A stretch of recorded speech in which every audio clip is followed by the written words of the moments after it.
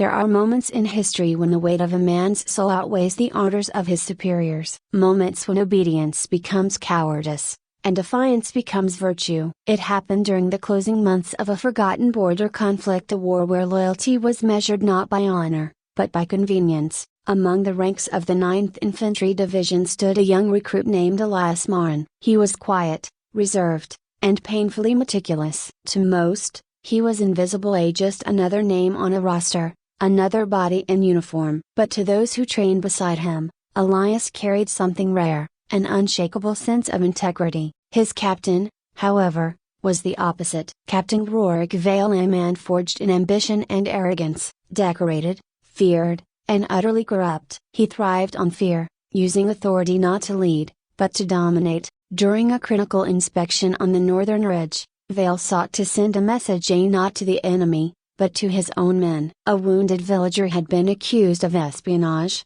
and Vale, in front of the battalion, ordered Elias to finish the traitor as a demonstration of loyalty.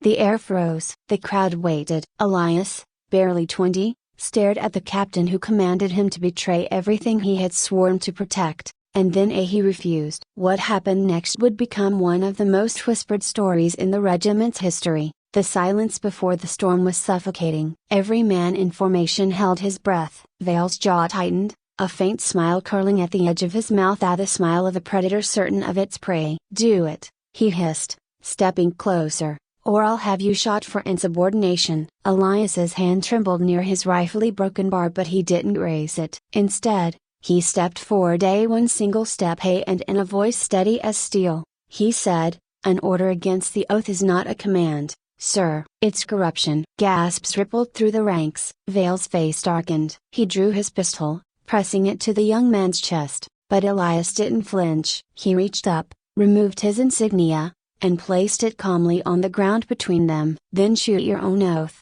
he said. The captain froze, and for the first time in his career, a broken bar, he could not speak. The wind carried a hollow stillness over the ridge. Every soldier watched as the moment stretched unbearable, infinite. Captain Vale's hand trembled, his finger hovering over the trigger. But his authority, once absolute, now felt like a fragile mask cracking before his men. Elias stood unarmed, yet impossibly tall. A single heartbeat passed, then another. Vale lowered the weapon. Slowly, wordlessly, his gaze darted to the rows of soldiers behind Elias, all of them silent, all of them watching. The captain's voice broke into a whisper, "You'll regret this." Elias bent down, lifted his insignia, and pressed it back into the captain's palm. "If loyalty means blindness," he said, "then regret is the only honor left." Then he turned, saluted the stunned battalion, and walked away. No one moved to stop him. Within hours, word spread across the entire division. The fearless recruit who defied his captain's order had humiliated him without firing a single shot. Whispers turned to legends before nightfall. Some called it mutiny, others called it courage. Days later,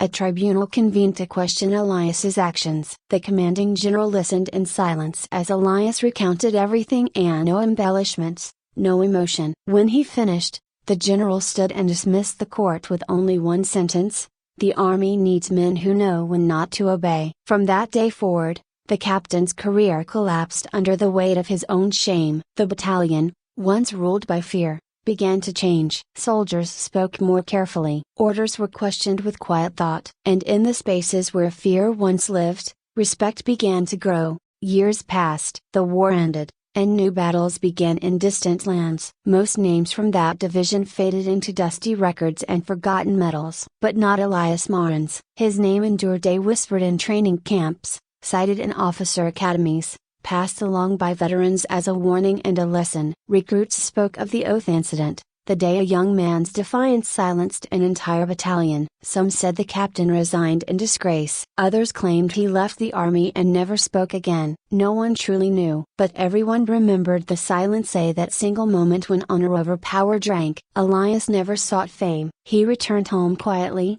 working as a teacher in a remote village. When asked about that day, he would smile faintly and say only one thing: "Power is loud, but truth doesn't need to shout." His words became a mantra among soldiers who carried his story into future wars, the reminder that morality is the highest form of courage, and that no uniform, however adorned, stands above the oath it represents. And though centuries made all the sound of war, the echo of that silence, the silence that fell when one recruit refused to betray his oath, still lingers in the conscience of every soldier who hears his story.